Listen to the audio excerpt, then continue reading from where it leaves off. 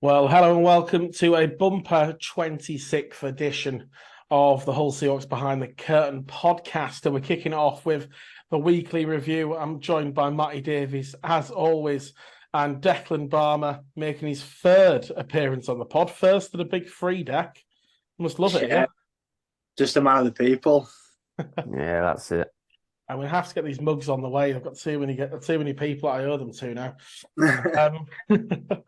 But we'll crack straight on, of course. It was back to business this past week. Again, second back-to-back doubleheader. Getting back into the groove of things. Coming off a 4-point weekend, there was a lot of pressure going into this doubleheader, wasn't there, Dak? Yeah. I mean, after we had a great start to the season for sort of how we wanted to start, with being the only team in however many games it was to only lose in overtime and no regulation losses. To then come to I think it was over a couple of weekends where we had a couple of losses where we got away from our game a little bit. And we got punished for that, I guess you could say. But yeah, over these last 2 4-point weekends, we're back on the train, we're back chugging, so we're back to not fully how we can play, because I know I know Saturday and Sunday defensively, I feel like our decor is a lot better at making plays than we made over the weekend, but our forwards got the job done, scoring the goals, and defensively we managed to get the job done for the team. Obviously, Mike, we spoke last week about Sheffield and how it's a difficult place to play, and the two teams seem to not necessarily raise the game, raise the intensity somewhat. There's always a bit more bite to them, you've got to say, between Hull and Sheffield. And I say difficult place to play. You know, the pre-season game was a bit of an evidence of that. I know Crow in the net had a bit of a world beater of a game, but we didn't play at our best, that Thursday night in September. And going down there on Saturday, what was your view on obviously the performance? We mentioned it quickly in the interview on Sunday after the game, but break it down a little bit more for us, because I say it was a tough start, wasn't it? We were on the back foot from almost minute one. Yeah, I think going back to the pre-season game, I think it was it's early doors, in a year, and we'd done quite a tough week of practice, and we'd not had the lads together for very long, and obviously had a lot of new players, so it was never going to be perfect that week, and yeah, it was just sort of looking forward to the rest of the season and starting the year well and going into it that way. But yeah, I think for me, Saturday was a big thing in terms of I really wanted us to, buy in defensively and try and, change the way we've been sort of playing over the past few weeks. Like Dex said, we've, obviously had a couple of, weeks where we've, lost some games and not played great. But I think for me, it was just about, us trying to get back to, or even find a game that we need to take in for the rest of the year. And, we obviously Sunday was different, but, to win a game 3-2 is, for me, that's the sort of thing I want to see us doing a lot more of. You're not gonna beat every week. You're not gonna play great expansive stuff where you can beat teams, with goals and all that. There's times when you're gonna have to, sort of bed in and play a gritty sort of game and get it done over the full 60 minutes. And a big thing was that and trying to really make sure that we was solid in that way. And I felt like we did do that. Geordie played well on Saturday. I think it was about 94%, which is really good for him and obviously better, and that's what we needed. But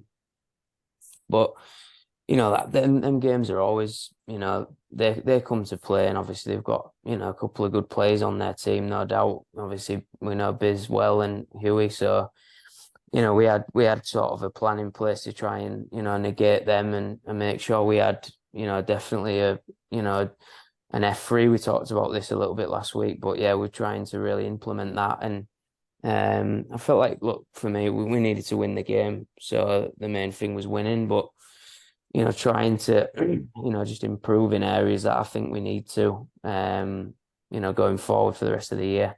So yeah, I mean, every time you win in Sheffield, you're buzzing with it, and we had quite a few fans there as well, which is great to see.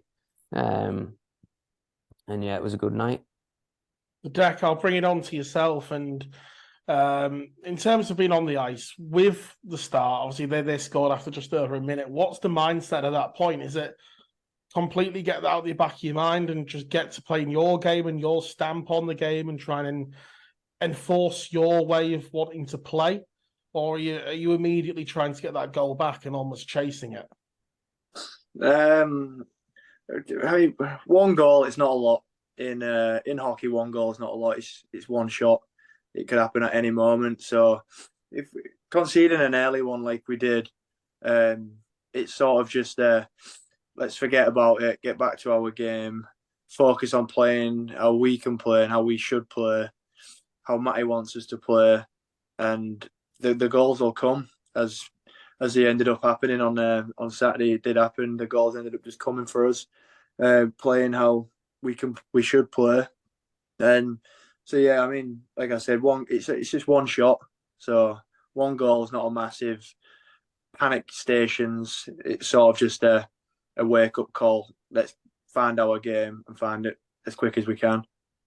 No, and to be honest, I'd sit in the stands. I'd say it's sort of what seemed to happen because over the rest of that period, I'll be honest, periods 1-2 and 3, Molstra made some pretty great saves. A couple of times where I'll be honest, I couldn't quite believe that he'd made his way across the crease off, a few really fantastic saves that sort of kept Sheffield in it. But we did start to sort of dominate the flow of the play and play the way we wanted, having a lot of offensive zone, possession.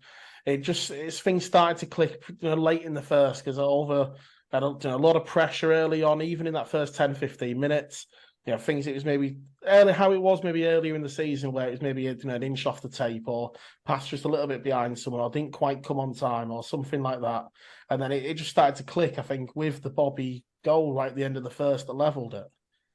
Yeah, I mean, like you said, Dima's he's a goalie. He's been around for a long time. There's a reason he's been around for a long time, and it's not because he's a bad goalie. He's clearly wouldn't have been around this long if he was. So he's a goalie who, if you let him settle in, he's going to make every save possible. And yeah, I think Sheffield, it's a tough place to play. Sheffield is, I don't want to bash them a little bit, but they don't get many fans there. So it's a quiet rink. You've got to sort of create your own energy in there. There's no background noise to sort of feed off. It's a late face off. You're setting off late. You're getting there in the pitch black, so it's a bit different to the start of most games you'll play during the year. So I think that's the biggest thing in Sheffield is it is a tough place to start off good, just because you have to. It's a place where you've got to find your game as the game progresses. You've got to find your own energy and create that energy elsewhere. I mean, our fans did a great job. They were loud. There was loads there. The support was unreal. So yeah. No, so I was obviously sat in block 10. It sort of went into block 9 and a little bit of block 8 as well. There was a good travelling following. Into the second period, of course, a period shutout for us. They didn't have too many opportunities in the second, and Emil, of course, put us ahead in that one. And I'm sure we'll talk a lot more about Emil later, but it's good to see him back on some form. It's not in terms of scoring goals, quite a couple of weeks. Matty did say on Sunday, he's still been chipping in, the odd assist and some important play as well. Particularly, obviously, at the other end of the ice, where he's massively improved this year defensively. But good to see him back in sort of the goal hunt on Saturday night. Yeah, I think having both Emil and Bobby Chamberlain, playing like they did this weekend and the weekend before, more for Bobby, but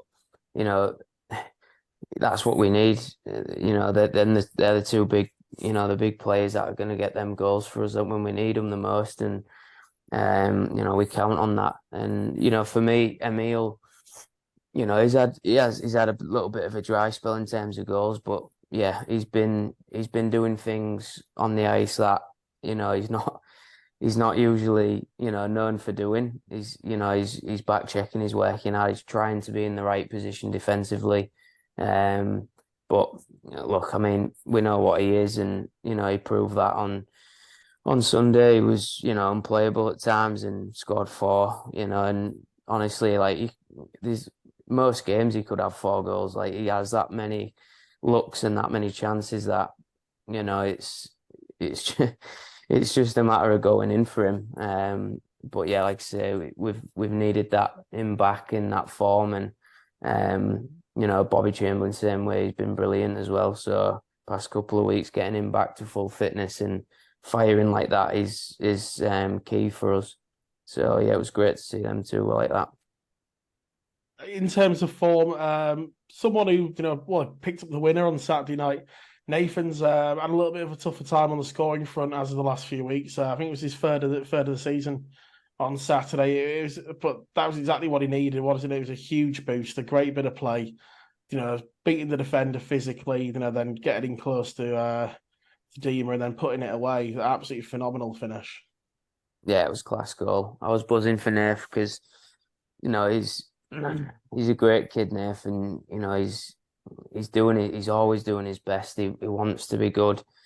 He wants to do the right things, and for me, it's been a tough one for me to find the balance of where to put Nathan this year because I know what he can bring and I know how good he is and how good he can be, but with the balance of what we have this year, I think Nathan likes playing in the middle, and obviously we've got Towns and Bobby there that have been doing great as well. So for me, it's given me that option to play him on that third line, and obviously with Burns, I think they're starting to get some sort of connection there. Them two played a lot better this weekend, and like I say, Nath, he's a confidence player as well, and obviously, it's tough when you don't have confidence, and he's found it now, and that goal was unreal. Showed his speed, took it past him, and buried it, and yeah, it was great for him, and the lads were buzzing for him as well. But moving on to Sunday, we'll mention it. As we always do, the remembrance service was phenomenally put together once again. Seeing a lot of people, Hull fans, obviously sharing their photos, videos of what we do, and a lot of admiration from other clubs as well, because it's something we really do go the extra mile for compared to what else you might see around the league. Yeah, it's always a big night for us. It's something we really want to make sure we do every year. We've got a lot of servicemen around us in Hull and the surrounding areas, so and some big fans that come to watch us every week. So it's only the right thing in my mind anyway to do that, and all the fans love it as well. I think it's a great little piece that we can add to the year for us, and yeah, like you say, I think we do it we go the extra mile, I think, more than most clubs, and I think it pays off. I think everyone appreciates it, and yeah, if we can do our little part, to help raise the money and awareness for it, then great. So, Deck, sort of the game on Sunday, I can very quiet. Well, I won't say quiet first period. There was a lot of chances at both ends, but obviously facing a Bristol team that they were really come out on Sunday and try and make a statement after obviously their disappointment on the Saturday. Was that something you just sort of had to get out of your mind and obviously just play your way, forget what they're trying to do? It's our rink, it's our barn. Let's just show them how we're going to play. Yeah, like you said, they had a real tough Saturday game, where it's probably a game where they're going to want to forget about. And I think it'd have been a game on the Sunday that their coach would have wanted a very, very quick response off them. So it was a sort of, we knew how they'd come. We knew they were going to come hard to try and get the response that they needed. So it was sort of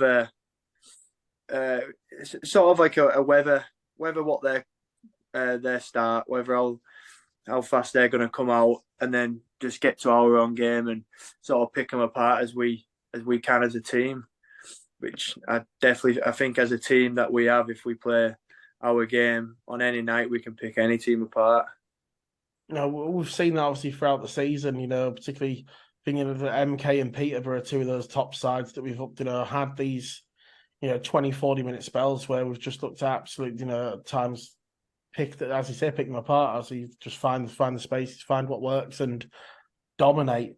They managed to get off to an early start though. Obviously, Bailey Herwood managed to sort of skip through the middle a little bit.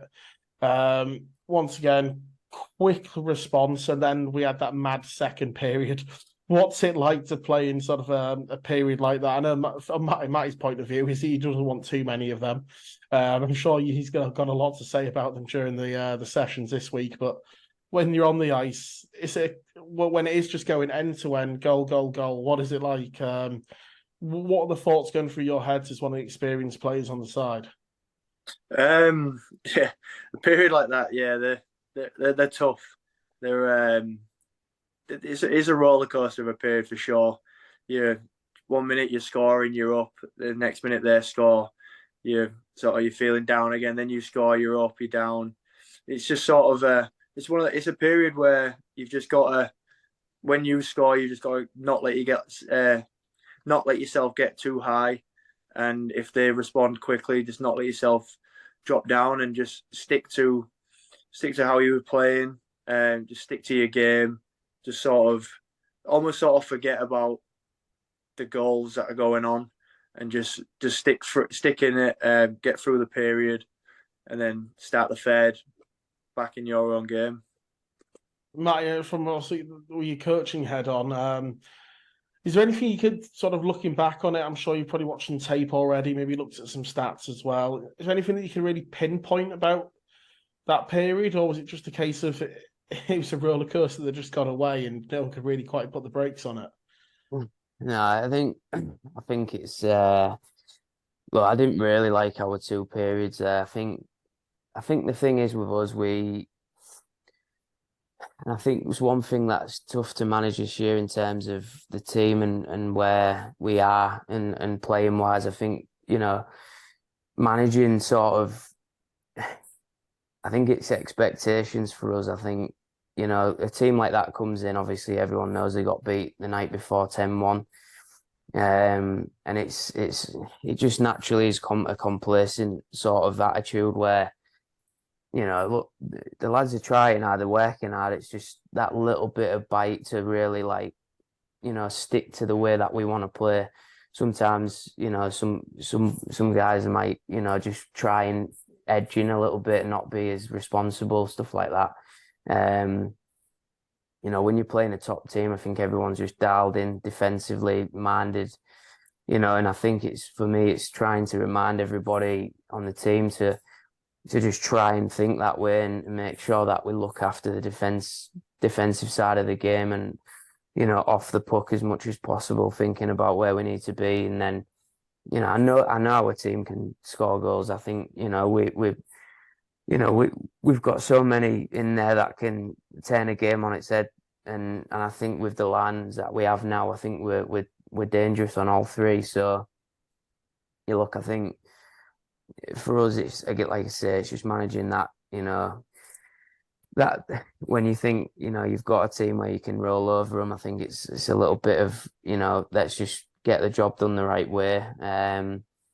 But again, they're always going to come in hard. They had a tough night. They're going to try and, they've got some good offensive players and, we took some penalties and, you get down to their PP, that's decent and, they're going to score. But yeah, I think we just had to, ride that little bit out, know that we can come back into the game and sort of, towards the end of the second, I mean, we dominated the second period. I think we had 27 shots, and got back into it when we really needed to. And then third period, we took it away from them. But yeah, I mean, I don't like to see that. I'd like us to be a lot more tight and play hard, and harder game in terms of not giving them so much. But look, it's the way it is, and we won the game, and that's the main. No, obviously, certainly so. It's a 4-point weekend. we mentioned, we spoke a little bit about Bobby and Emil, but 7 goals between them on the night. Pretty special one for those to remember. I had a couple of people saying that Emil's dad had lobbed his hat onto the rink after the third. I did see him without his hat in the second intermission, so that might be true. Obviously, his dad was down. I think we're going to have to keep him here now.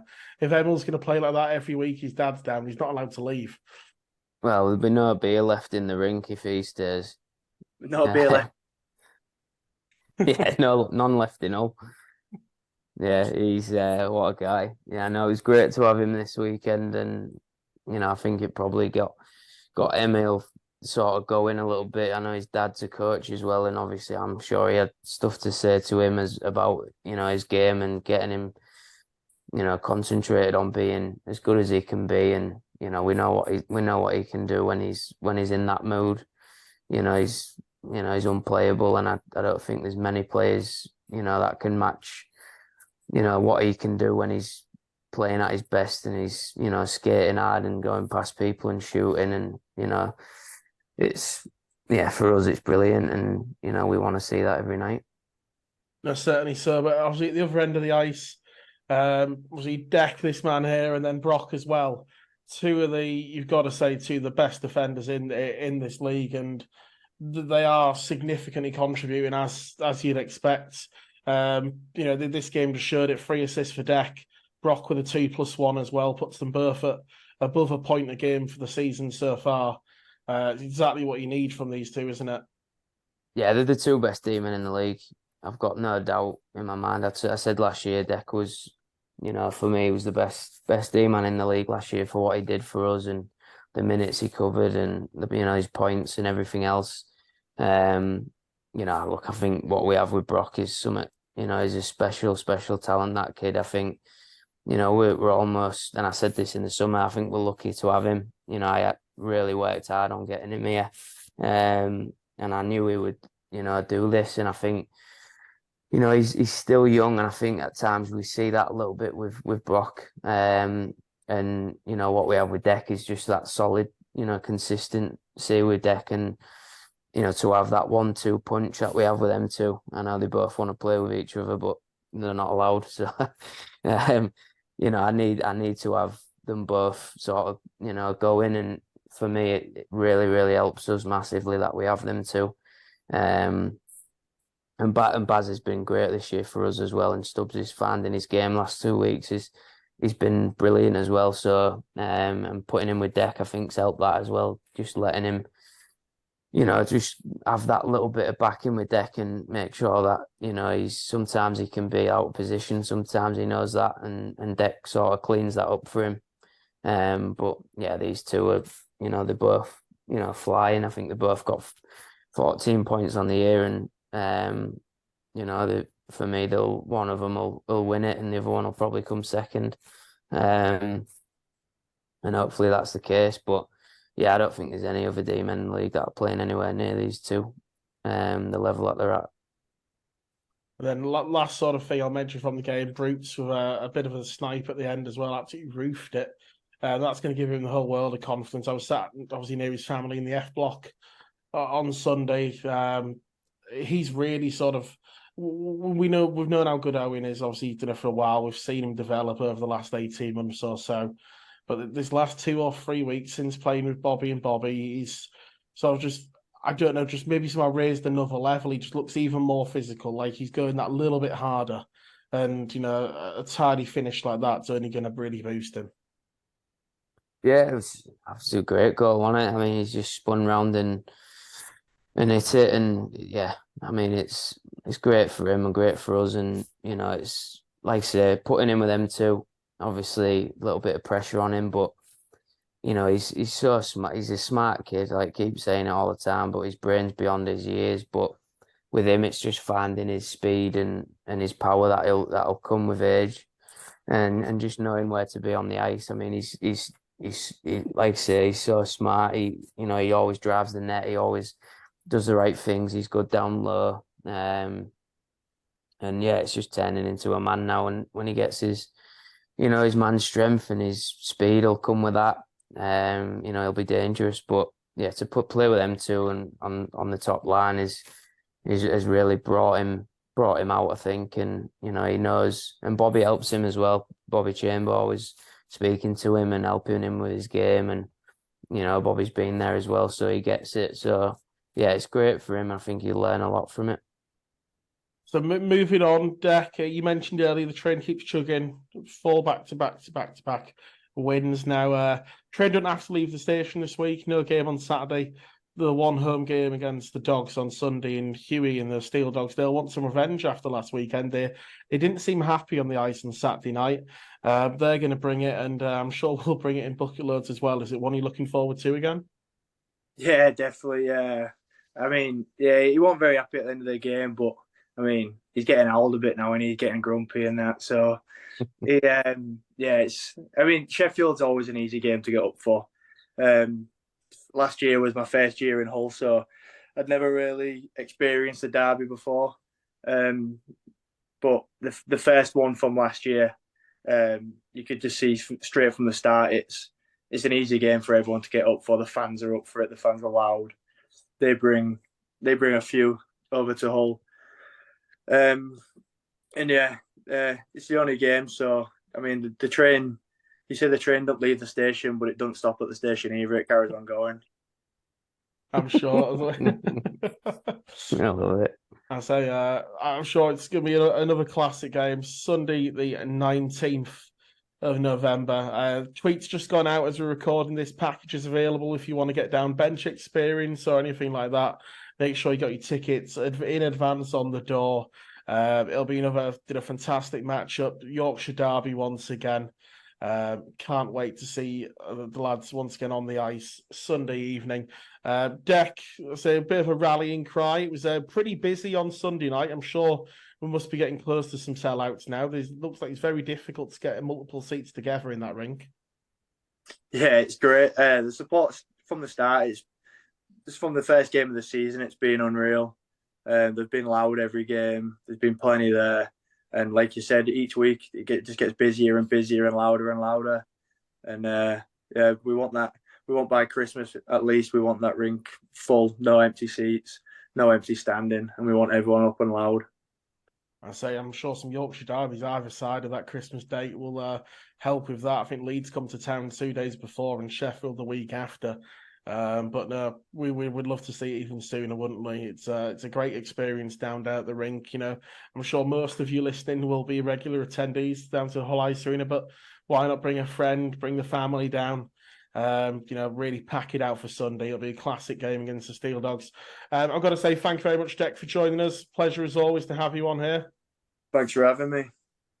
And Matty, in a short while, we're going to be continuing this episode 26. We could only do one thing, couldn't we? We could celebrate number 26 himself. I suppose so, yeah. This was your idea. This was your idea, mate. I'll take the flak for this one. Yeah, he didn't ask for it, don't you worry. Yeah, I'm always down to chat, so it's good. Part 2 now of episode 26 of the Hull Seahawks Behind the Curtain podcast. We couldn't do a 26th episode, as we mentioned already, without celebrating a bit of Mr. Number 26. Matty, we've made it very clear when we had Deck on just a short while ago. You didn't ask for this one, but it had to be done. Yeah, this is definitely a Connor Lynn one, but hey, you got to give it back when you're asked to do it. So yeah, it's all good. We can have a good chat and get into it. I guess we know there'll be a few of you listening who certainly will appreciate this one. Let's crack on where we normally start, but obviously we can do it in a little bit more detail here. How does a Hull lad get on the ice, Matty? How does it all start? It's a funny one, isn't it? I think like most probably kids in this country, I think you probably fall into it, I guess, by either knowing someone or just maybe going trying skating. I think for me I played roller hockey first. Just playing roller hockey, street hockey, was quite big into that as a kid. And then I think my older brother actually went first, and he went and tried it, and then obviously I went as well, and then you end up, doing everything. Then you're at the hockey schools and skating in the week, and then I think I was 7 when I first sort of properly tried playing. So yeah, it was early on, and obviously then you're getting into under 10s and all that stuff. So it ramped up pretty quickly. And sort of, how old were you then when you made your first senior game with Jets? Was that sort of Yeah, 15? I would have been young. I do remember. It's tough to remember fully everything, but I do know when I was like 12, I went away to Czech Republic and we played. Andy Davis was the coach. He never forgets this one. Who always talk about it. We went to Czech and played basically a bunch of Emil Sveks. They were massive. I was like 12 and completely tiny, and it was just carnage. But that was a I think that was under 16s tournament. It was definitely under 14s anyway. So it was playing up. And then I think probably 14, 15. I was always training up anyway, like all the lads were back then. 13, 14, you're on the ice with the 16s, and the Jets as well. You stay on all night. So played for the Jets early on. And it was good, to be fair. That was in Jonker's days. So them that year or so, I learned quite a lot in terms of, you go from juniors playing against men, and you have Jonker in your room as well. And anyone who knows who he was or knows about him, he was definitely old school in that way. And you definitely knew what you was, if you're doing something wrong or you needed to do something right, you got told. It's different now, isn't it? I think it's the coaching manual's completely changed, I think, over these last 10 or 15 years, but it seems to have done pretty well for the generation out there now. Moving on from sort of Hull then, as I say, when you got to under 16s, playing up to 19s, then it was sort of at a point, obviously, where junior hockey is not really going to aid your development whatsoever, really, is it? When you're, still under 16, you comfortably, one of the better players on the ice in a 19s game, and sort of got a few senior games already from the Jets, and EPIHL sort of is going to be the next best place for the development, so you sort of had to start playing away. Yeah, I think at that time, it'll have been the early days of the Stingrays. So they sort of bounced around. They was in the Elite League for a little bit, and then at the time when I was about, it was like the BNL. And I knew it was, unlikely that I was going to get a shot. Stevie Lee, who I basically grew up playing with, he was a man child at 12. So, and obviously everyone knows the career he's gone on to have, but he was getting into that system early on, and obviously being a big lad, the coach at the time, Rick Strachan, who's still at Nottingham now, actually, I just don't think I was ever going to get a look in there. Quite an old school guy, liked big players and stuff like that. So I knew pretty fairly early on that, it was probably not going to happen there. So I had to go away and sort of try and do it that way. And guy called Davy Graham, who, is, a lot of people in the game will know him. He's an old school. He used to play in goal, and he was also his lad played, and Joe, me and him played for England together, and Davey was a coach actually at the time for Solihull Barons. And he gave me a ring and said, look, there's a spot here for you if you want it. And at that point, it was obviously I didn't drive or anything, so I had to rely on my mum. And her husband as well, that used to drive me literally every week to Solihull. And then sort of as the season went on, we've talked about this with Willie before, but Chris Wilcox, I used to jump in the car with him. He was actually in Hull at uni doing his undergrad, and sort of we just sort of I used to jump in the car with him. I'd stay at his mum and dad's house, and they were brilliant, letting me stay there and stuff like that. So yeah, that year was, you know what, that probably made me for the next, good while in my career, really, because what I ended up doing there is we obviously had a pretty bad team in terms of where we were in the league,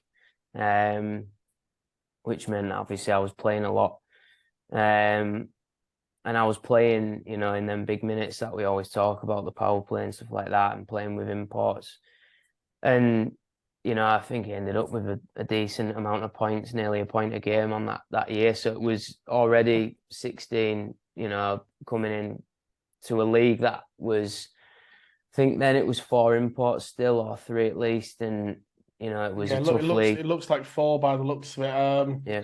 Arizona got him in here. So you say 35 and 43, 17 goals, 18 assists. Good amount of, I say pretty even on terms of the points there as well. Looking at, I say Wilcox on there. I'm looking to see who else I recognise. Carol Jets, who's listeners may remember was still at Telford too. And Carol Jets playing against the Hull Jets last year. Obviously, quite a lot. You mentioned, of course, Joe Graham as well. England teammate yourself. Yeah. I say pretty good points scoring. You were 4th on the chart that year. I don't know if you'll remember the name. It's not one I'm familiar with, but Robert Sabala.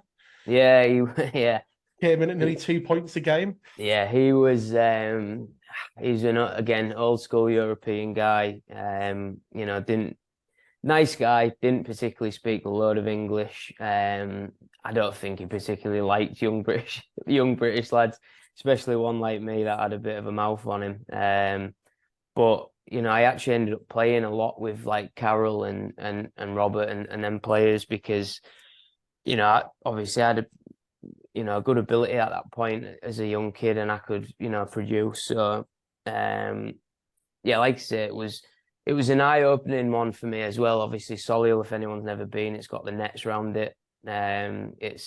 It's a bit of an intimidating place when you're going in to play in it, and obviously with the teams that were in that league at that point, there was still like teams like the Isle of Wight and it was the Romford Raiders back then, and they had pretty much a bunch of real heavyweights, and them games were for a young kid, especially one at like 5'5", 6", it was a I had to learn the hard way. I took some licks and that, and you have to learn the hard way if you want to produce at that level. So quickly get eyes in the back of your head.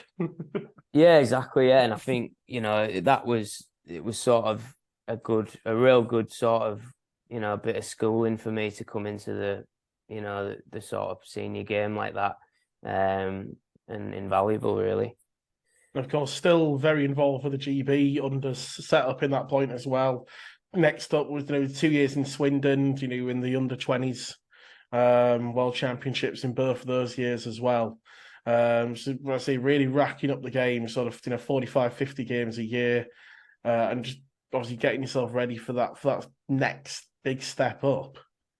Yeah, I think the first year in Swindon, Pete Russell, that was, I'd obviously known him for a long time. He was around the England setup in GB. Really good coach. Obviously, he's in Cardiff now, and GB head coach and all that.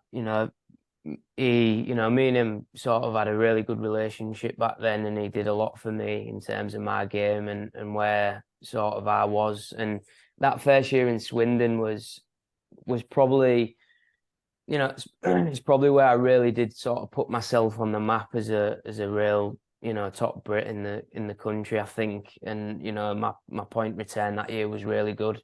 I loved my time in Swindon. It was great. They have great fan base down there. I played with some really good players, and again, just another like life lesson.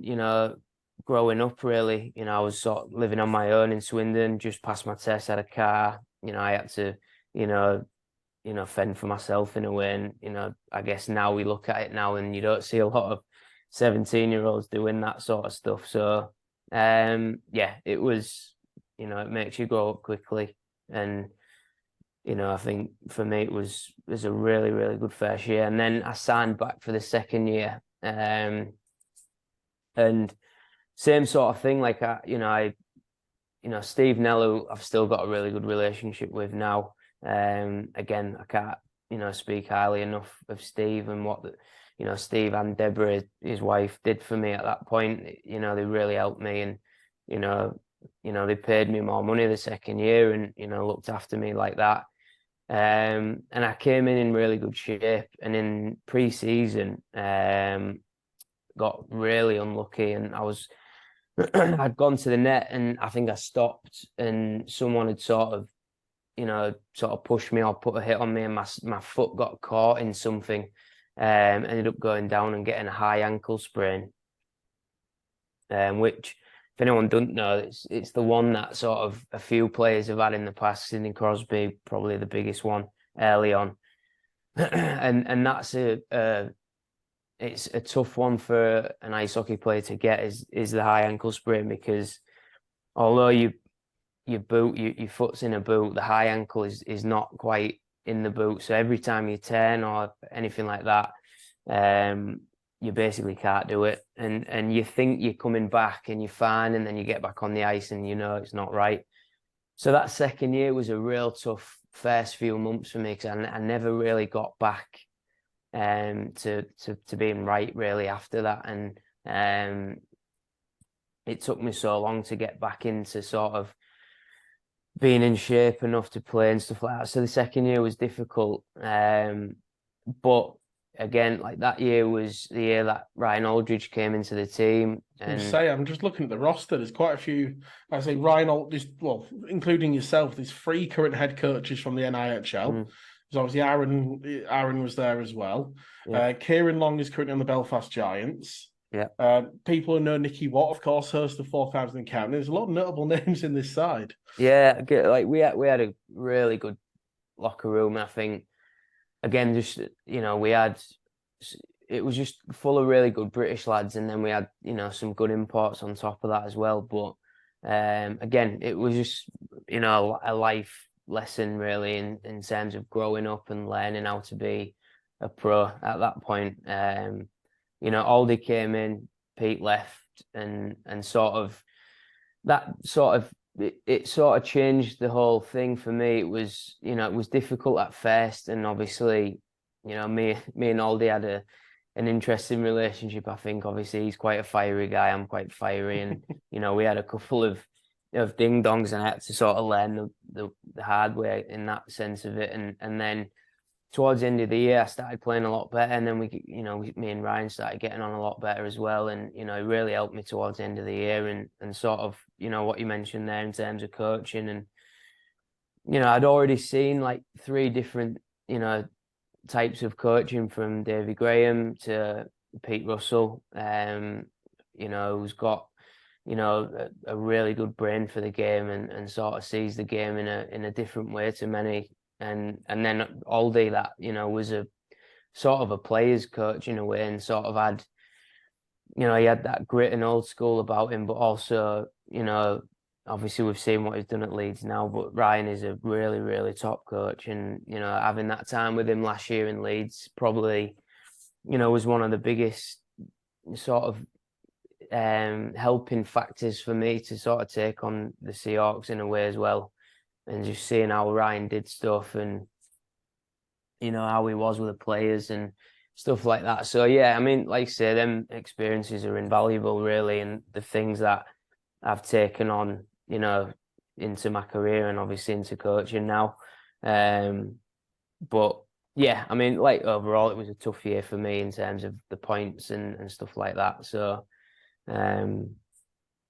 I say still 30 points in 45, coming off a pretty difficult injury to hit the ground running after. It's certainly still nothing to be scoffed at. But then sort of 18, 19 years of age, finally time sort of take that step back up. Well, take the step up to the IHL, to come back home and to make sort of the Stingrays roster. How did that how did it all come about? Was it just a case of, did he know for a long time it was going to be next year you were going to be at the Stingrays, or was it a bit more interesting? Or yeah, no, I think so. Funny story, really. I think So that year in the year before the second year in Swindon, I'd come home. I was a bit of a, I was a young lad. I was just sort of, you can imagine. But at that point, I actually met Sam, which everyone will know watching this is obviously my wife now. And then obviously that year I went back to Swindon and we was sort of long distance in it.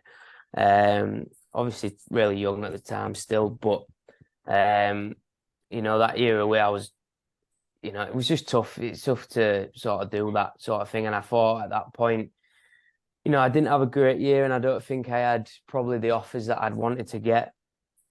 So I just thought at that point there was probably the most poignant decision of my career in terms of I thought, look, I've not had a great career. I've had not had a great year.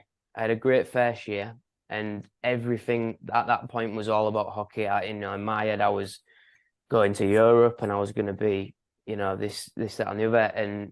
And then the second year, reality hit, and I, high ankle sprain, and then I did it again, and it was a tough year. And then at that point, it sort of changed my mindset, and I thought, I need something else other than just hockey. I can't just rely on this, even at that age, because, at that point, I was living away from home and, my mum and dad, although they've been real supportive, sort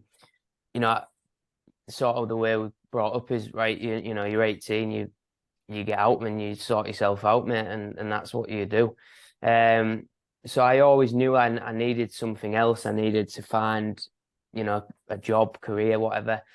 So that was the decision I made at that point, was to come back home. I started my gym instructing course, and I already had that, but I started my personal training course, started working out of a gym, commercial gym. It was JD Sports at the time, in Hull. And like I say, obviously I'd met Sam. So it was, it was a case of I came home and that year in Swindon, I played one game for the Stingrays in Manchester, I think it was. Or was it Cardiff? Could have been Cardiff. I think it was Manchester, I can't actually remember. But anyway, I went to play one game it was Strachan's team, and I went there. And it was fun. And then I think that from that game, the owners at the time, Mike and Sue Pack, obviously knew about me. I was coming home, and then as I was coming home, that was when Klutz was then signed to be the coach. And obviously Klutz had got in touch with me and said, look, there's an opportunity here for you if you want it. And I sort of jumped at it, really. I knew sort of I was working in the gym, and I thought, right, this is it now. I can sort of, I've got a chance here to play in Hull and make my career outside of it as well. So yeah, that was sort of what got me back home, I guess. And then it was sort of, building on that, and obviously my first year in the Elite League. Had you ever sort of thought about what you'd have done if Klutz or Mike and Sue didn't get in touch? Is that sort of did you have other options or? Yeah, I think I'd actually got an offer from Pete Russell again. He went to Slough at the time, Slough Jets, and he made me an offer to go back to the EPL, obviously, and play down there. And it was a really good offer, good money. They had quite a well-off owner at the time, and yeah, a really good team. And I genuinely thought about it. I nearly signed, pretty much, was sort of on the verge of signing, and then, like I say, I just thought it was the right thing to do. I just had a feeling that staying in Hull and obviously being at home with Sam and stuff like that was the right thing to do. So yeah, that's what I did. And sort of those first years in sort of the IHL with the Stingrays, obviously we spoke about this with Klutz, didn't we? But when we were lucky enough to have him on, I say it always takes everyone a little bit of time to adjust to the Elite League, but 10 points in 51 is pretty, you'd say, good return from a very young Brit in the first year in the Elite League. But I say, knowing you always wanting more, aren't you? You wanting to sort of kick on, get as much ice time as you can, score as many points as you can. And as you said, there's a lot of characters in that team, isn't there? Yeah, that was a real, again, another year that was real, like, formative for me. Like, sort of how much I learned from that year was so much, more from just that one year than probably, so many after it. There was players on that team that year that were, I could name them, but like Curtis Huppy was there at the time. He was one of the best players in the Elite League at the time. He come from Coventry and, was scoring 40 goals a year, stuff like that. There was legends like Jeff Glower still in Hull. Lee Mitchell was there at the time still. Cal McCoff, I think, made top yeah, scored on the year as well. Yeah, Calmy was, at the time, he was one of the best players in the league.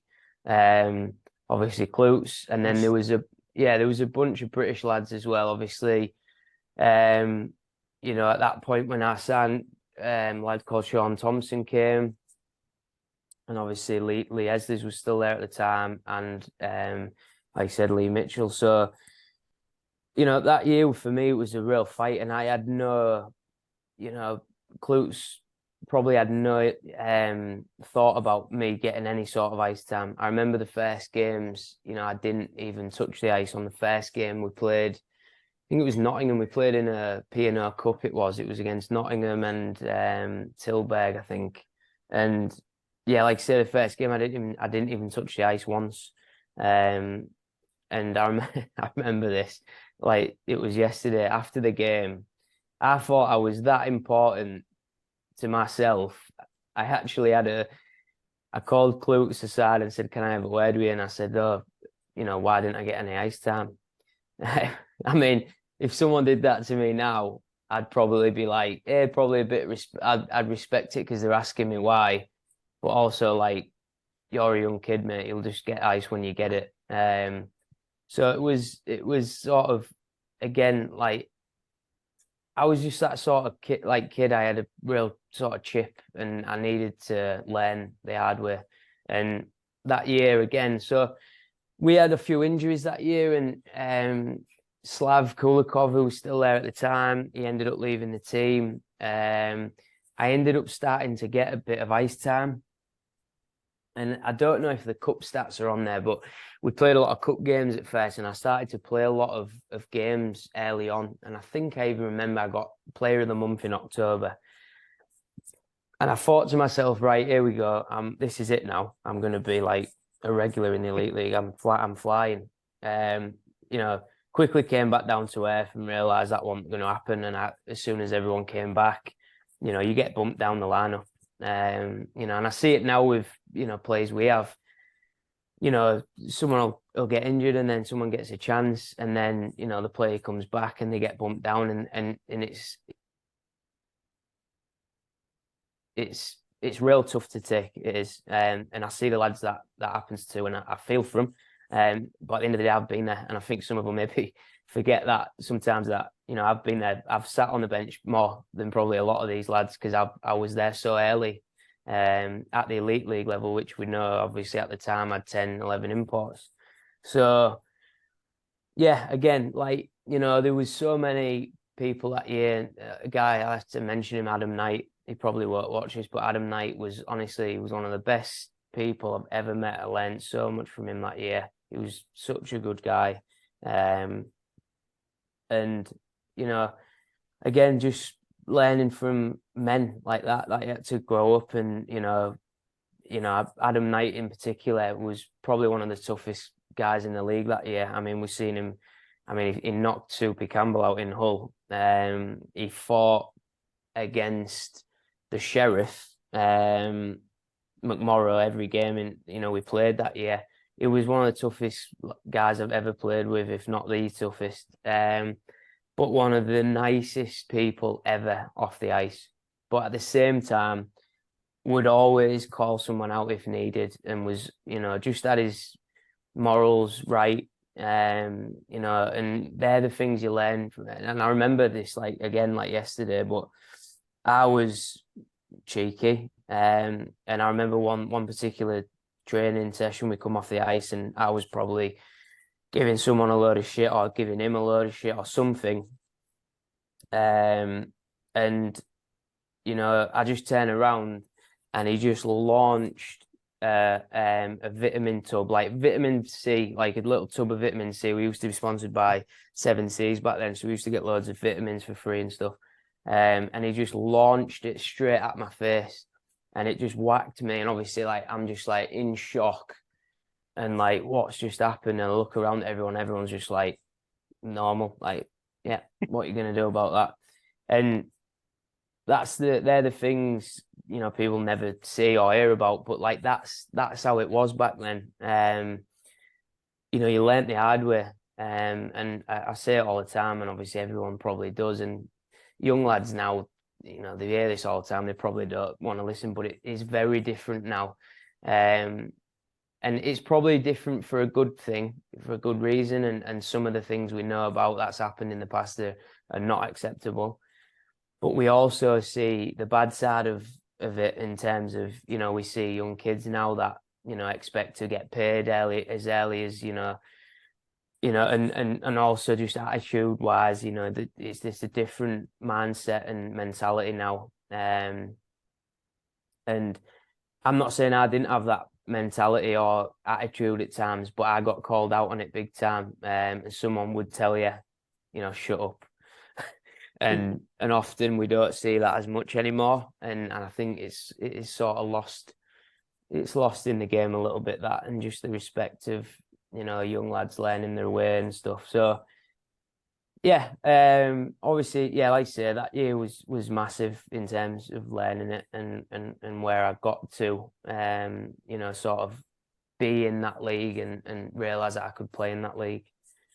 I did actually manage to dig out the cup stats. You went 6 points from 6 that season. Yeah, in the cup. yeah, I did. I remember because I remember them years so like vividly because I remember one game I was playing Cardiff at home and I was playing well. I was playing with Huppy, and one night we just had a good night against Cardiff and I think I scored, and then I got another point I think, and then on the bench I'd said something like, oh, here we go, this is point night for me, or something like that. And they just turned around and went, don't you ever, I won't swear, say that again, you little, and that, I never said it again. So it's think. I was just going to say, just those veterans, isn't it? Just sort of want to keep you grounded. Yeah, big time. Yeah, it's just like, you haven't done anything yet. Shut your mouth, just work hard, do your job.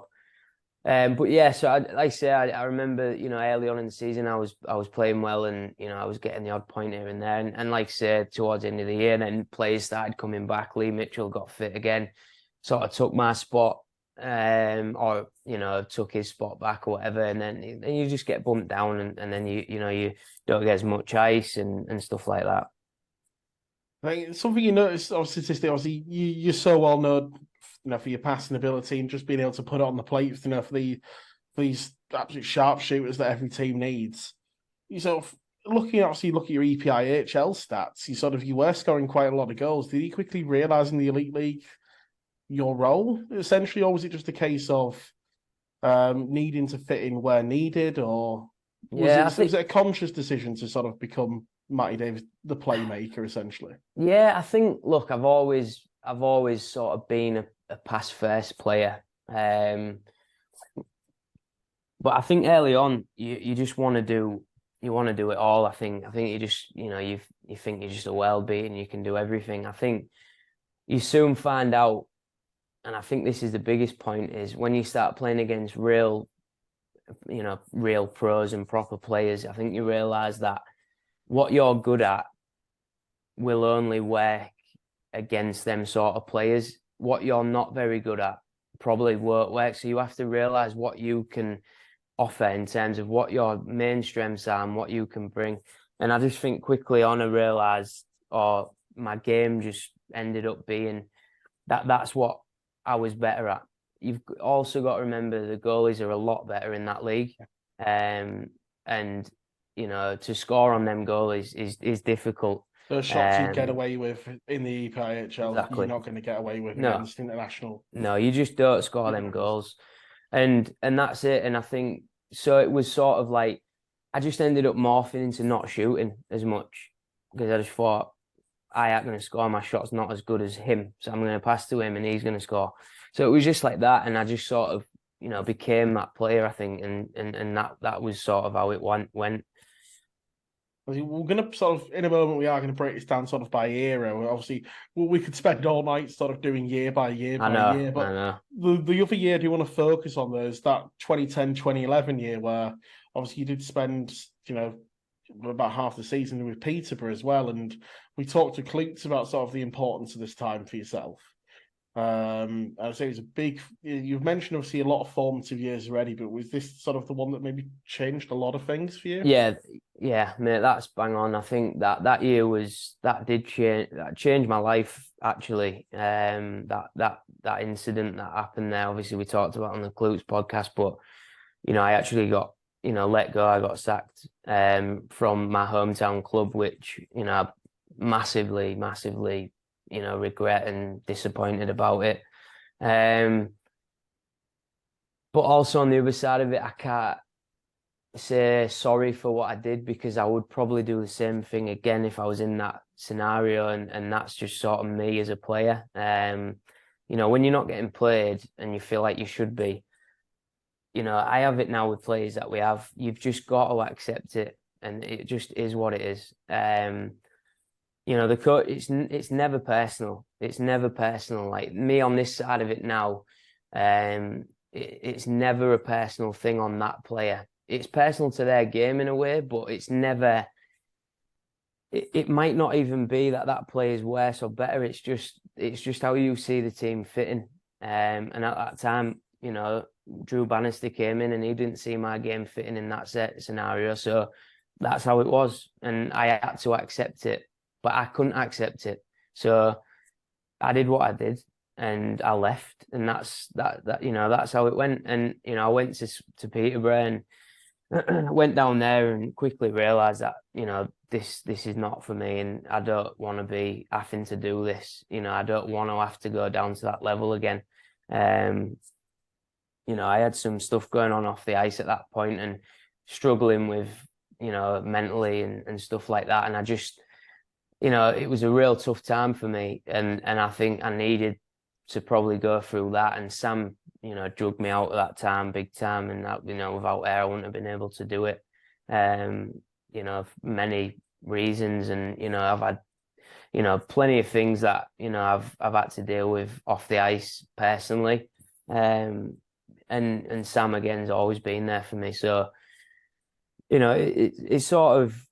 I again just had to grow up and, come back, and I had to just, I had to say sorry and speak to Klutz, and Klutz was unreal about it. And, he just said, I want you back. There's no problem. We'll go again, and we deal with it. And that was it. And again, I can't speak. We've done it already with him, but, he's like basically the father I never had. He's just such a poignant person in my life that has had such an impact on me for so many reasons and ways that I can't quite grasp how much it's been for such a short period of time in my life. 5 years, it was so big really in the grand scheme of things that it was a real I can't thank him more for it. So. Well, we'll move on in terms of like chunking it now. So the rest of the Klutz era, sort of 3 more years playing with Klutz, 11 through 14. First those years, sort of maybe once again, just still getting used to the Elite League, still finding your spot in the team, and then obviously 2012, sort of that's when everything just really kicked off, wasn't it? Yeah. I think the first year when I came back, I wasn't fit enough. Looking back now, I knew, analysing it, I was nowhere near fit enough. I was nowhere near ready. I was nowhere near in the right mindset to be, a true player in the Elite League and really make my stage sort of in the British. If I want to push to Great Britain levels, I needed to do way more. After that year, we had a great year, to be fair. I mean, we could, we obviously beat Sheffield in them games, and it was great. But personally, it was, I was not happy with how I performed one bit. I went away that year, and that was when I started being basically a psycho. And that's why I can't walk properly now, and why I've probably retired at 33 before I should have done, is because what happened from that year on, I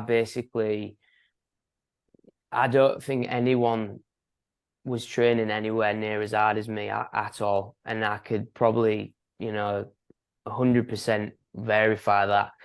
I had a lot of players that did train with me at the time. Bobby Chamberlain was one of them. He was a young kid, but he used to come in. Joe Lamplugh owns a club. He was still playing football. He helped. And then we had Dave Phillips and a couple of other people at that time. And it was, I just turned into that player that was just never going to be, I was going to be the fittest on the ice. And I knew I needed to be, obviously being small, I knew I needed to be fitter and stronger and faster, because to produce at that level, I was never going to be able to do it without being that. So, from then on, that's what it became.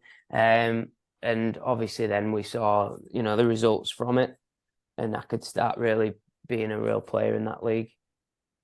And I say it was in those 2 years, 39 points from 52 in 2012, 2013, 13-14, more than a point a game. And it was across those, well, in that latter year that obviously you broke into the GB setup as well.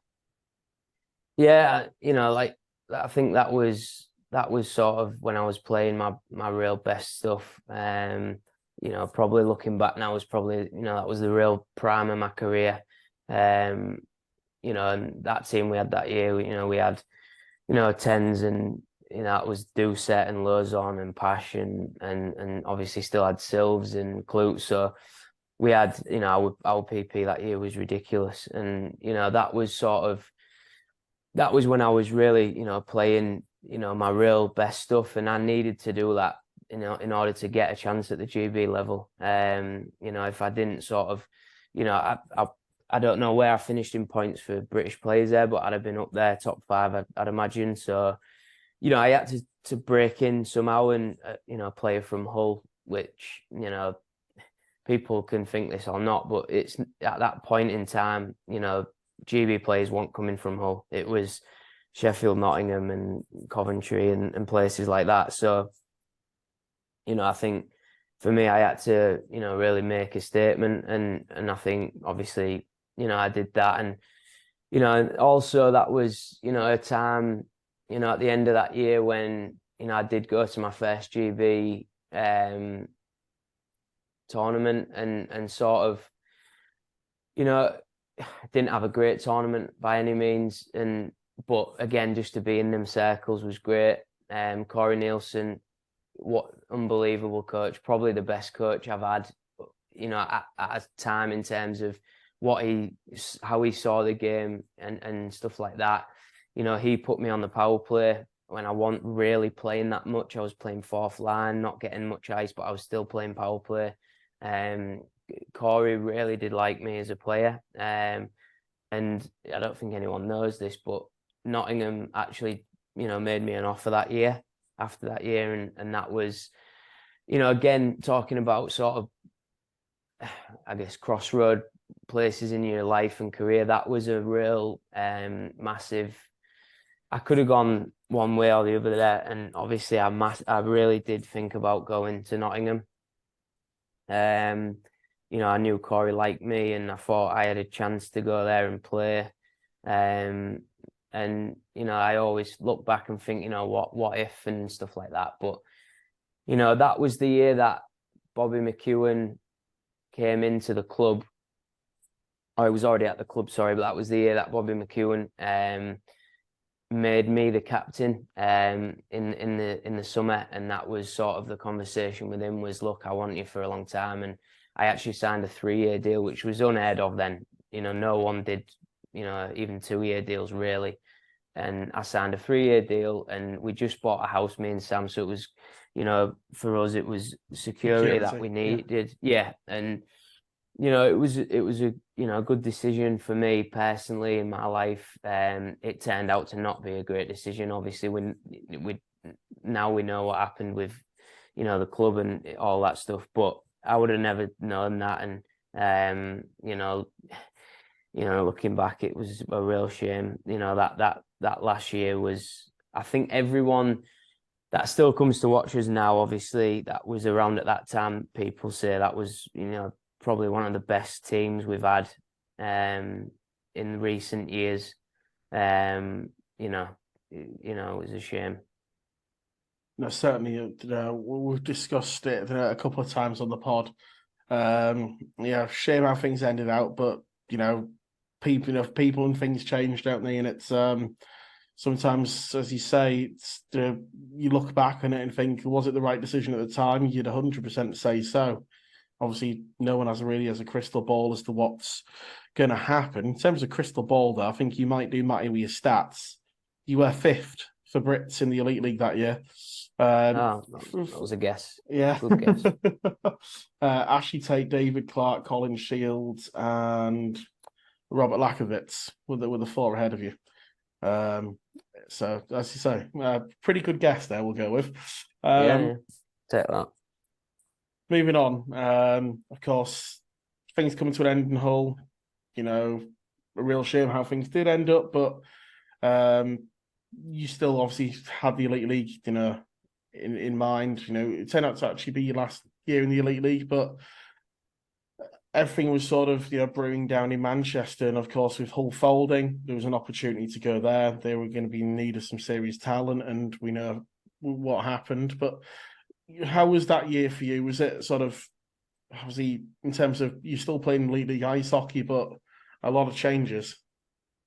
Yeah, I think just rewinding it a little bit, that last year was again big moments in my life, but that was the year I first did my knee. It was in Edinburgh. I went knee on knee with someone, and that again changed my life completely. And the rest of that year was really hard. Obviously, I was the captain, and we had a really good team. But I left the team short. We had a really short bodies that year, and the lads were unreal. I mean, it was beast. Obviously, they got to the final, and I was on the bench, and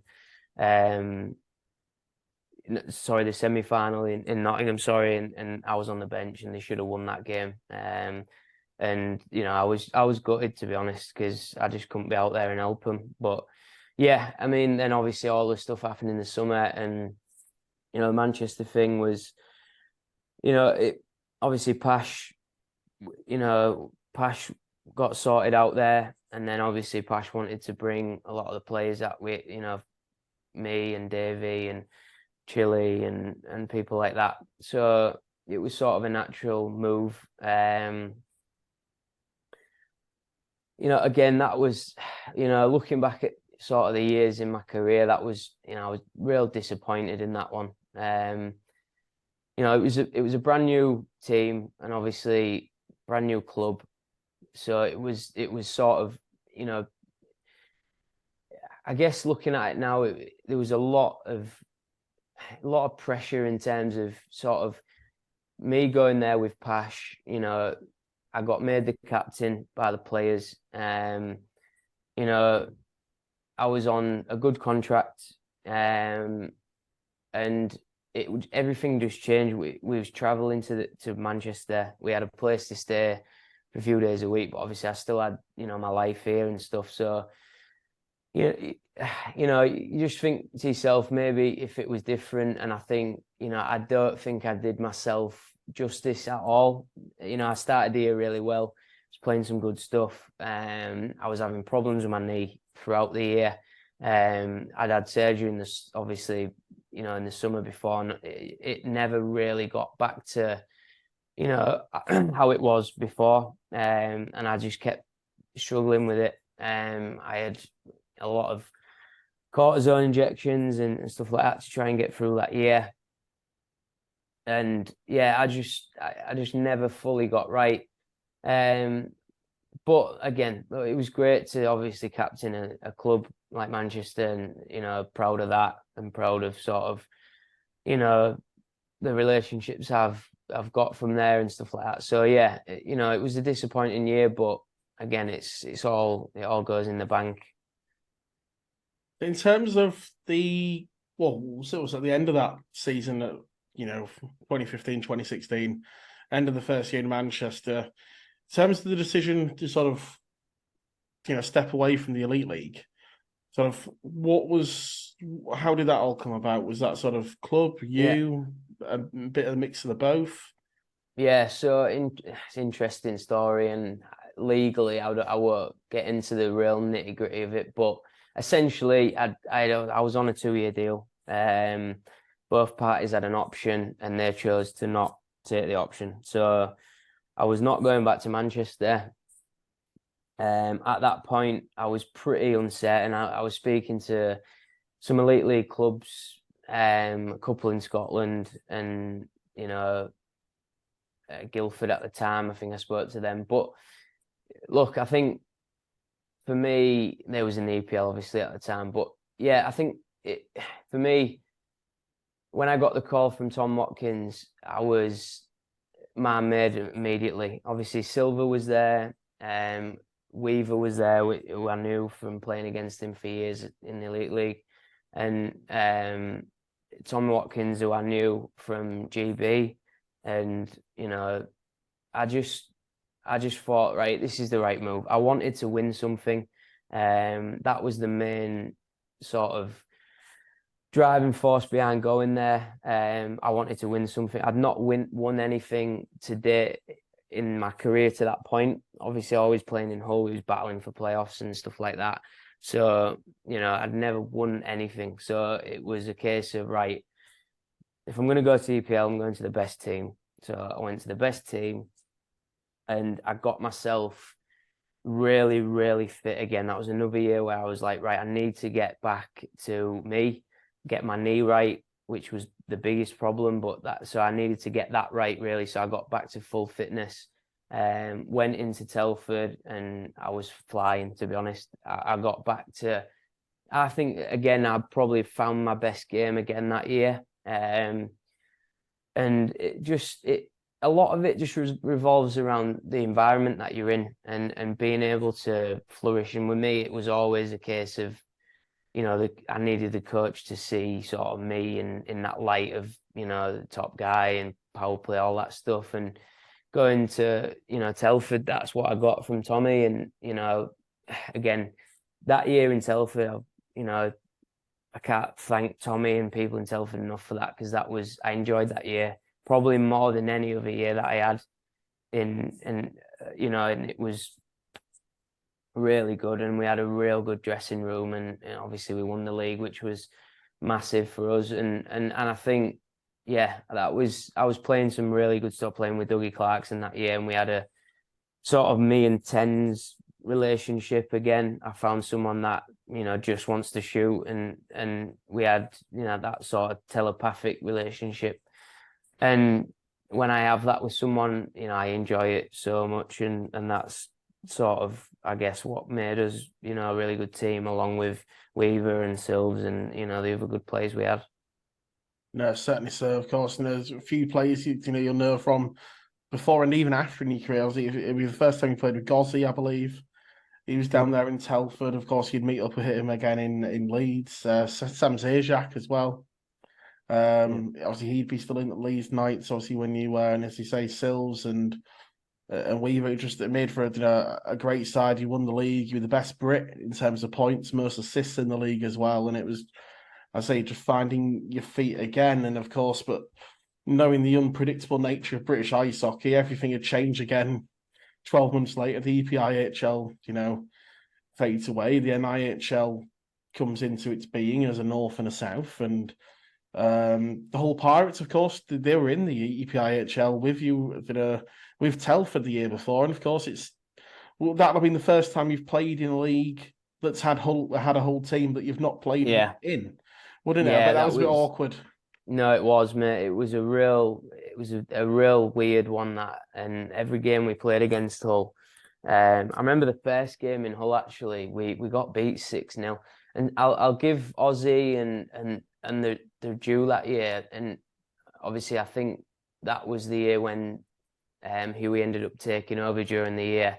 But yeah, Aussie signed a really good team that year, and they had a good team, and it was obviously difficult to play at home. But I remember we went into there and it was 6-0. And the fans absolutely abused me. It was brilliant. And that's the sort of thing that I would have expected, you know. Obviously, I'm a Hull lad, they all know that, and I've gone to play for Telford, and, you know, you're the mercenary, aren't you? But it was all in good, you know, banter and what have you. And I'm sure some of them actually genuinely hated me at that time, which is good as well. I bet the walk Yeah. past A block at the end of each period wasn't a nice one. No, and that's it. And it was, yeah, but obviously I still had a lot of roots in Hull. So obviously a lot of the fans I still spoke to. So it was just real awkward playing them. But like I say, it was, you know, a great year for me. At the end of that year, that league was, you know, looking back at my career in all the leagues, you know, the variations, the EPL and the Elite League and all that. That league was a very, very, very good league. 5 imports. There was a lot of teams that had import goalies. And it was, you know, and players that I speak to now, Huey and Weaves, and so everyone will say that was one of the best leagues that, you know, we played in as players. And I think, you know, it was such a shame that what happened, and that I think that was a real dark time for English ice hockey, that next sort of couple of years, until it really gathered its momentum again and became, you know, sort of what we are now. You know, it took a year to find its feet. Obviously, it went to the North One, and, you know, no one enjoyed that. You know, it was not fun. It was not fun for us playing against them teams that, you know, really had no right, you know, and also for them, it was no fun for them, and it wasn't fair. You look at the point. You look at the points totals in that season. They're a little bit mental, aren't they? I think in the NHL one, in the North One, I think maybe the top 4, maybe 5 are all Pirates. Yeah, it was. Yeah, it was just the way, you know, the way it went. And, you know, it's interesting though, but I think you know, when people talk about the levels of the leagues and the gap and this, that, and the other, I think you realise there that that's when we got a chance to see what the gap is. And the gap is obviously massive. And, you know, and that it shouldn't have ever been like that, but it was. And it took obviously a couple of years to find its feet again. Iterations of like the Autumn Cup started coming in and stuff like that. So you had the games in them years that were really good. Swindon and Peterborough, and obviously we played against Telford a lot, and Sheffield. You know, Sheffield, the rivalry got massive against them. So there was still some really big games, and obviously we lost the league that first year to obviously Sheffield, and, you know, we lost it on like the last day, and it was heartbreaking, mate. Like, honestly, that game away we just couldn't score, and, you know, we should have never lost that league that year, but, you know, it is what it is. You know, fair play to them. And obviously the next year we put it all right, and I think that's a year that everyone remembers a lot, obviously really fondly, with us winning, you know, everything. So yeah, it was getting back to being, you know, what we are now. What was it? As you mentioned, obviously the awkward days of playing for Telford in Hull. Was it all friendly again when you came back? I know all the relationships are there now. Any of them have a few little, you know, cheeky comments on your way back? Yeah. I don't think, you know, the first year, I don't think I was particularly liked. You know, I think it's took them even a couple of years to really, you know, sort of, because I think what happened was, excuse me, I think, you know, the fans that went to the Pirates, it was almost, I didn't even know some of them fans were, because obviously what happened with the Stingrays and it all going under, I think a lot of fans just turned away from it and just was so disappointed and upset about what happened. And then obviously the Pirates came back, and that year they obviously struggled massively. So you're going to lose a lot of people for that. And I think they got a lot of new fans. Fair play to them, and you know, that brand, they did well with that. And obviously, you know, it had a lot of new people. So people just knew me as maybe this player from Telford who was, you know, just a little, you know, we know. So and that's, and I think I just carried that a little bit. And I don't think people realised that what I'd done for 6 years previous or 5 years previous for Hull, for them years, you know, so many years that I'd already done for Hull and captained them and all this stuff. And, you know, I've held like talks outside the rink, you know, to 100 fans about thanking them so much and stuff like that. I just think all them things, maybe people didn't either see it or remember it or whatever it was, but obviously the loyal ones knew it and stuck by me, obviously. So yeah, I just think it was one of them things, you know, don't blame them for it, you know, do the same thing. But I think it just took them a while to sort of, you know, warm back up to me. I've never been particularly liked that much, I don't think. I don't blame anyone for not liking me, to be honest.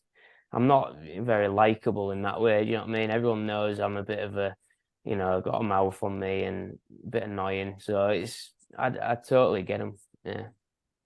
Obviously, still with the Pirates, well, when COVID hits and shuts down the league, and you know, as a player, what was that sort of year in a? Well, I'll say we'll split it into two parts. Really, this first of all, when COVID hits, and it's a little bit. Obviously, the first month we all thought, oh, you know, this will all go away in 6 weeks, and we'll all be back on the ice again. We can finish the season.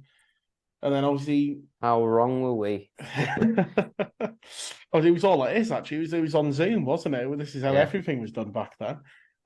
Lockdown quizzes and everything. And of course, that then the issue was that dragged on, wasn't it? The league got going again in 2021, and there was no whole team in it. And obviously, there was issues at the rink, and obviously, the Pirates just didn't come back after that. We've spoke a lot about how the Seahawks came to be, but we'll look at the year before first. That year of 2021, when there was no whole team, obviously there was a league because you weren't in it, and then obviously the year after was the Leeds Knights year, wasn't there? What was that sort of period like? Was there ever a time when you were just wanting that whole team back, or was it? It was pretty much radio silence for a little, from our side anyway, as a fan, wasn't it, with the Pirates? Nobody really knew what was going on as a player. I'm sure you had a little bit more info than us, but no one really knew what was happening in Hull. No, I think, honestly, I don't think the players knew either. You heard little bits and bobs about what Shane was maybe, you know, thinking or saying, but we never got fully told about what was going on. And, you know, I'll be honest, you know, that we played the last game in Leeds. It was the Leeds Chiefs, and we beat them, I think, by quite a lot. It was a good game. I played, and I think I got like 5 points in that last game or something stupid. And honestly, when it sort of ended, and then it went to like the end of the season was done. Honestly, that was it. I was done. In my mind, I was done with hockey. I was not going to come back. That's when I opened Graft House, what we know now is Graft House, and that was sort of the start of my real business life or career. And I was sort of satisfied with not playing again, to be honest. I'm satisfied, not the right word, but my knee was, you know, so I accepted it maybe. Yeah, my knee was still bad, and I knew at some point, you know, it was going to come to an end anyway. And I thought, you know, it is what it is, you know, not the way I'd like to go out, but fine.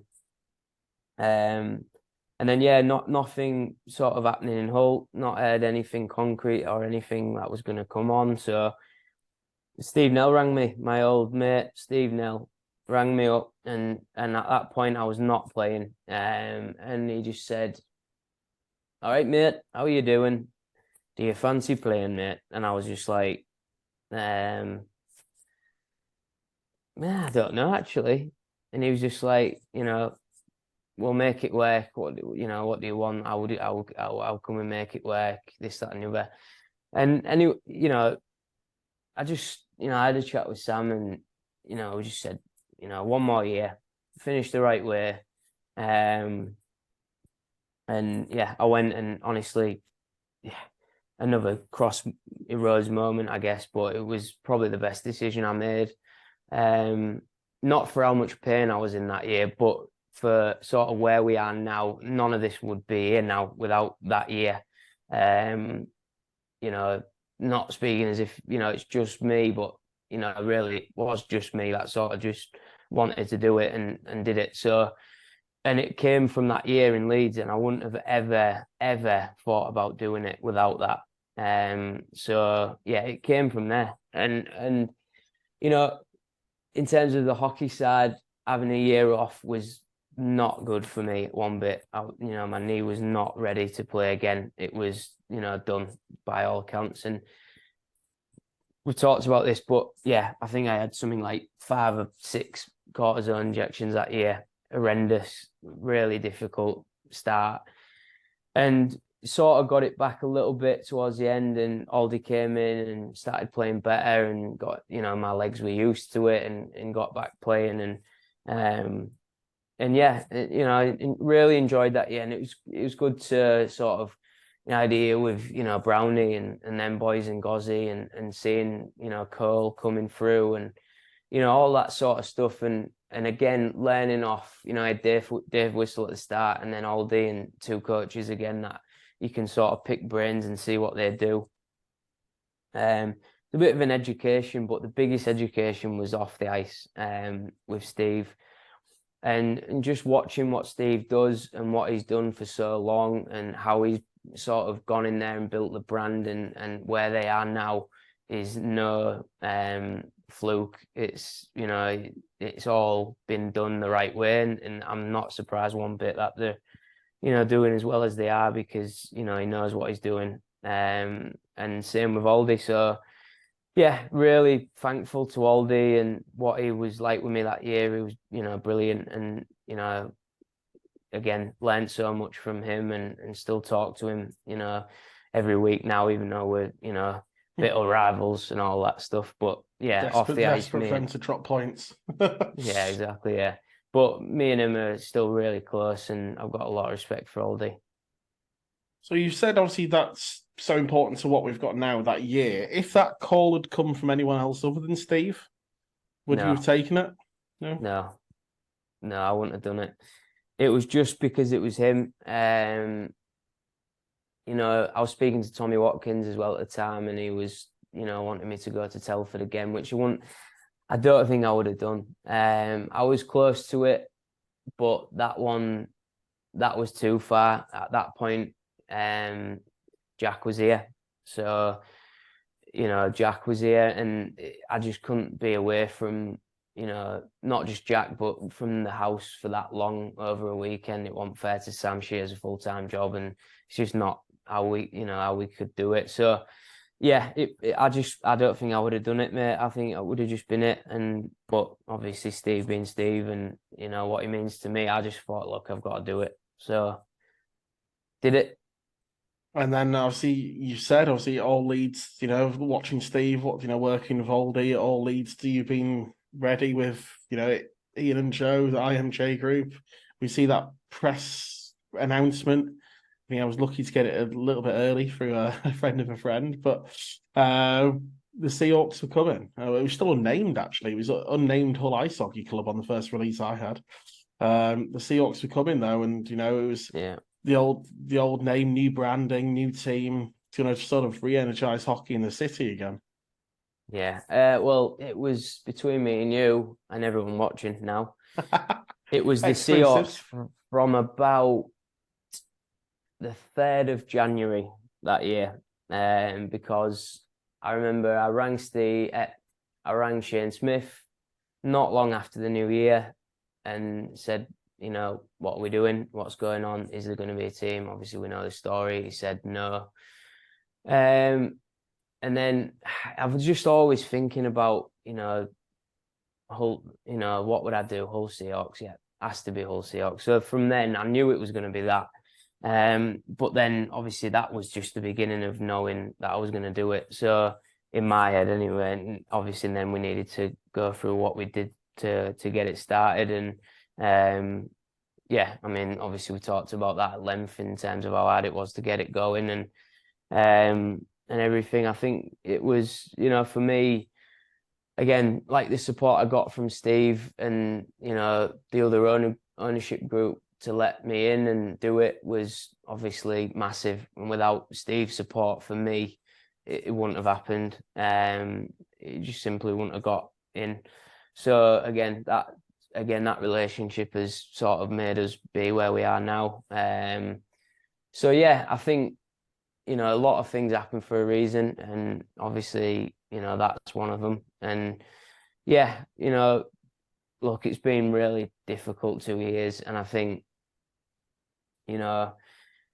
I talk about this, say, it was my idea and I did it, but there's so many people that do so much for the club, especially now that, go unnamed, but, it wouldn't be possible without them. And, Sam, Joe, Lauren, first and foremost, they put up with the most, really, because Joe, although Joe owns a club with me and does a lot, this is me. That, I do a lot of the things, the decisions and stuff like that. Joe helps me with a ton of it, don't get me wrong, and does a lot. But, without sort of them three and the support of that, I wouldn't be able to do it. And also, Matt Mallory, I mean, the kid's a diamond. He does so much for me and the club. It's, it's crazy. And then going on from there, obviously, Callum, yourself, Emma now, and then everyone else. Tom, who works, equipment manager, we've talked to him, diamond.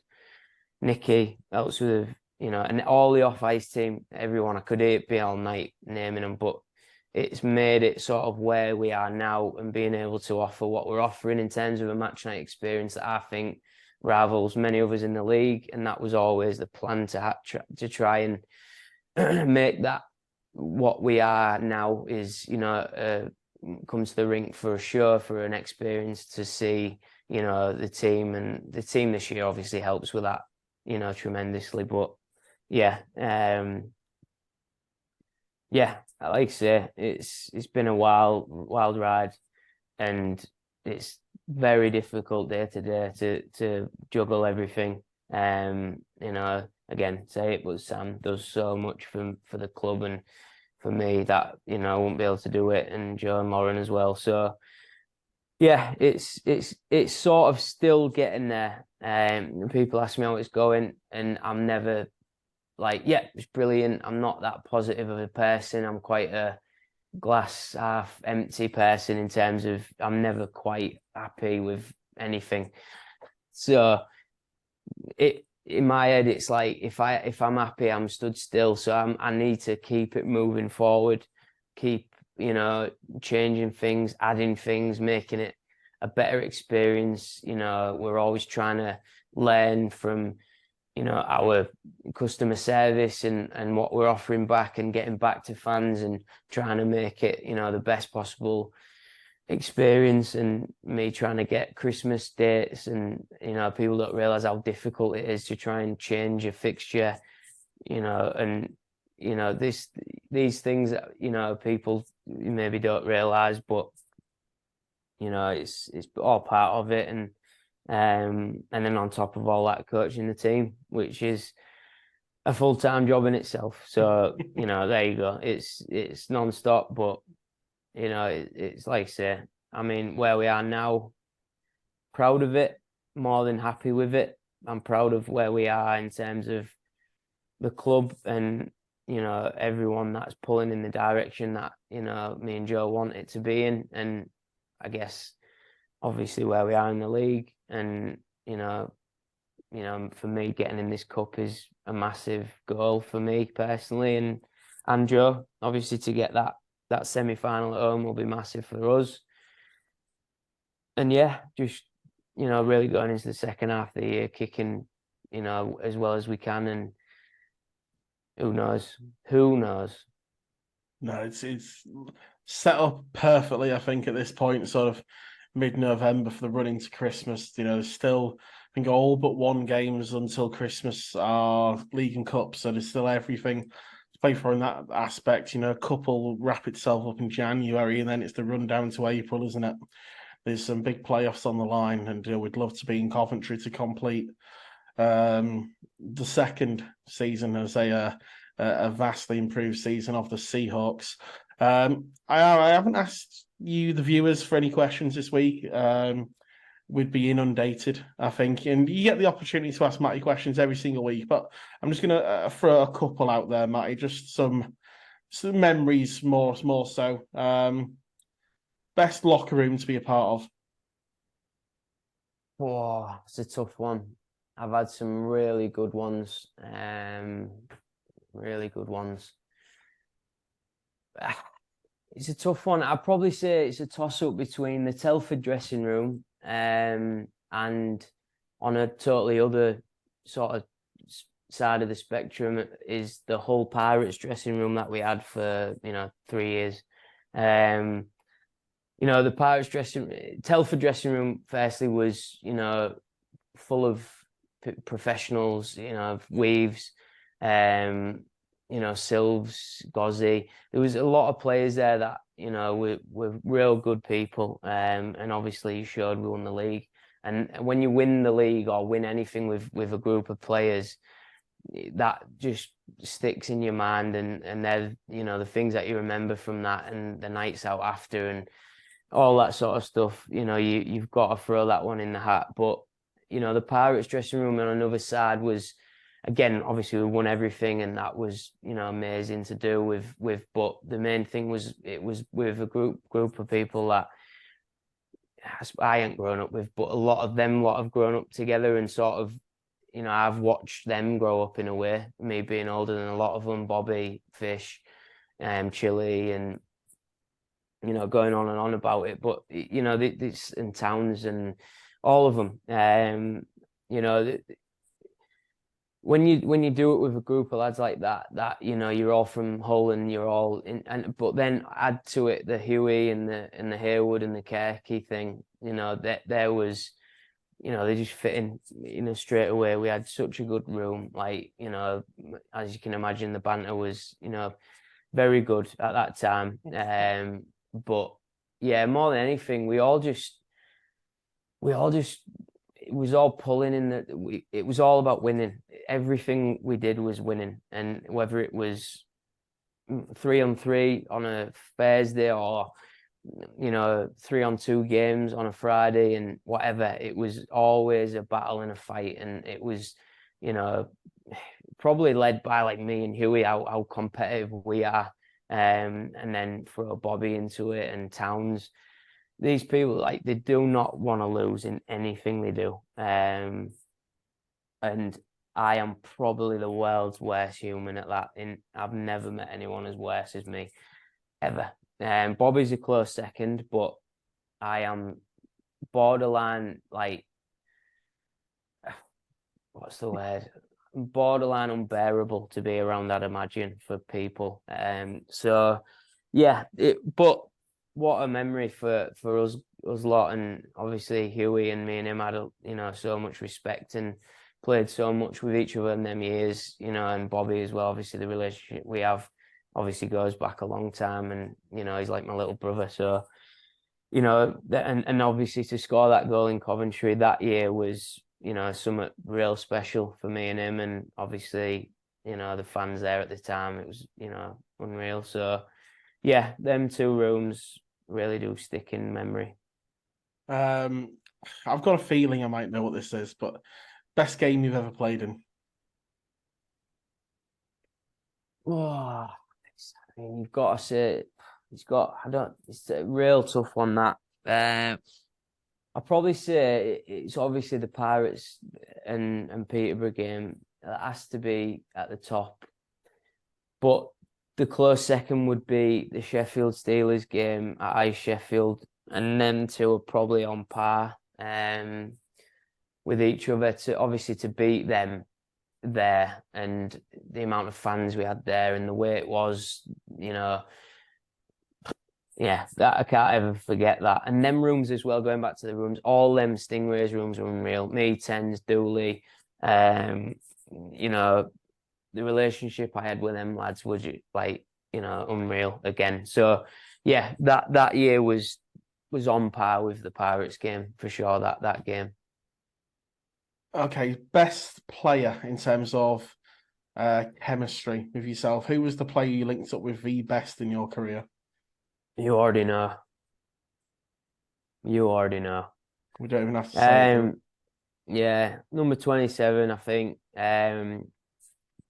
Look, I had three probably that I remember that have been like that telepathic sort of just know exactly what they're doing, what I'm doing. Obviously, tens being the first one and the one that sort of made me be me, I guess, in terms of going on to have the career that I did. Everyone remembers that sort of relationship, I think. And then obviously the one I had with Clarkson, Dougie Clarkson in Telford, our points that year were just stupid. And we just basically ripped that league apart, I think, to be fair. And then obviously Bobby, Bobby Chamber, me and him still to this day. I mean, even today on the ice, we've been on the ice Wednesday mornings, we go on the ice and, he's like a little kid in a candy shop. Like he knows I'm coming on and he just can't wait to just, get, 1,500 pucks passed to him. And, but, one thing, I will say, people ask me, do I miss playing? I don't miss playing. I don't miss the pain of playing. But I do miss certain aspects of it. I miss in the game and them relationships like I had with them players, and I miss now not being able to play with Bobby. And I'm, sort of gutted for him because I know how much he wants me to. Tells me every day. So it's one of those, isn't it? With this team you've put together, how lethal would it be if you could be part of it? It's yeah. I mean, I can't think about it because it's You'd a have little the bit skates back depressing on. to be honest. Yeah. I mean, I mean, I look at Bobby, Brock, Emil, them sort of players. Me, like that's me sort of licking my lips with them sort of players. So yeah, it is a shame in that way, and that's what I do miss. I miss being on a PP with players like that. I miss being being in the big minutes at the end of the game when you need to score and you get one. Stuff like that I miss. But yeah. Best player you've never played with, in terms of someone it's got to be obviously someone you probably have a relationship with, but you've never played with, who you wish you could have had that 1 year with. Yeah.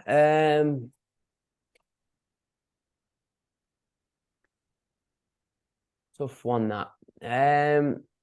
Do you know what? Funny answer this one. And people would say like, all the NHL players that have come over here and I didn't sort of play with or whatever. But I'm going to say this person because, and I did play with him very briefly only at GB. But going back to the sort of the Nottingham thing and maybe going there, I always thought, me and David Clark would have been a natural fit sort of, and he always said to me, and I love Clarky now, every now and then he'll message me, just ask me how I'm doing, always had time for me at GB and real good lad. But he always said to me like, oh, I wish I had someone like you there, like with tens. He always said that to me, and yeah, I think if I had a chance to play with him, I think he's the all-time or close to the all-time leading goal scorer in the AHL. I think Dowdy's close to him now, but I think Dowdy's very close. I think I saw he's probably weeks away. Yeah, which he'll pass that, and fair play to Dowdy. I mean, what a player he's been. But yeah, I think I always thought to myself, David Clark, what a shot, what a goal scorer, natural goal scorer. I just think me and him would have had, a really good sort of relationship. So yeah, probably say Clarky. I know, and go on, we'll say it. We've had the best locker room in terms of the guys, but what is the one moment that maybe out of everything Well, would it be the pass to Bobby in Coventry? Would it be playing for GB? I think it has to be. I think in terms of a one moment, I didn't do enough for GB to remember a one moment.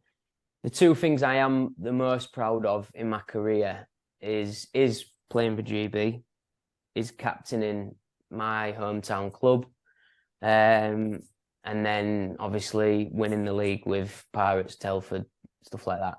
So, a single moment, it would be the Bobby pass. But there's, like I said, the proud things are, I did manage to play for GB, I did captain my hometown club, stuff like that.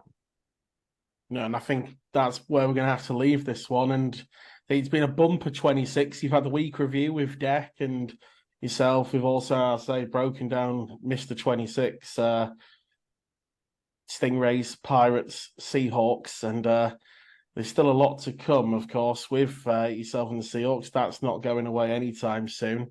That's why we're all here and listening to this on YouTube or Spotify, wherever you're listening to your podcasts. Yeah. But next week, the tease is already out. There's a very friendly and familiar face joining us for episode 27. It's going to be a pretty fun one, that one, so make sure you tune in. And don't worry, by the time you're all hearing this, you'll have the opportunity to get your questions in very, very soon. Thank you very much for listening to Hull Seahawks Behind the Curtain. Make sure you do like, share, follow, and subscribe to wherever you get your podcasts from, whether that be YouTube, Apple, or Spotify. Thank you very much for tuning in to episode 26, and make sure you're back next week for episode 27.